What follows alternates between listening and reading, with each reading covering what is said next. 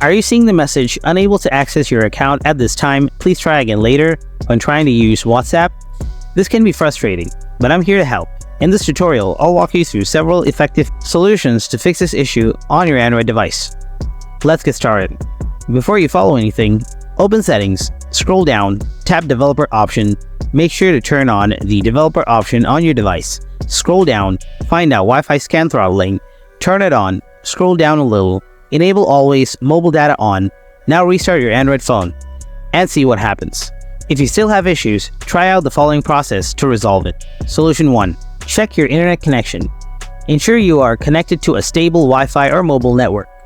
To do this, open a browser on your phone. Search anything to verify your internet is working.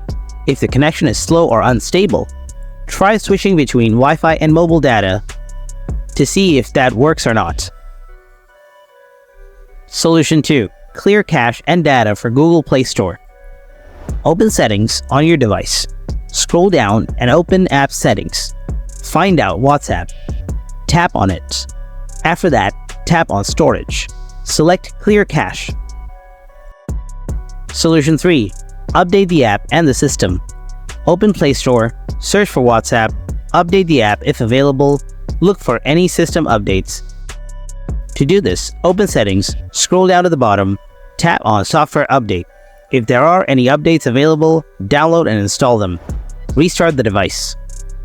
If you followed all these steps and are still facing issues, contact WhatsApp support might be your best option. Solution 4. Contact WhatsApp support. Open browser, type WhatsApp Help Center. Open it. Scroll down to the bottom and hit Contact Us. Again, tap on Contact Us under WhatsApp Messenger Support button. Tap on Contact Us button.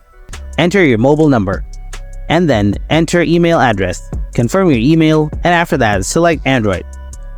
Next, you will get a message box to write the issue. Enter the issue in the text box saying you are unable to access your account and hit Next.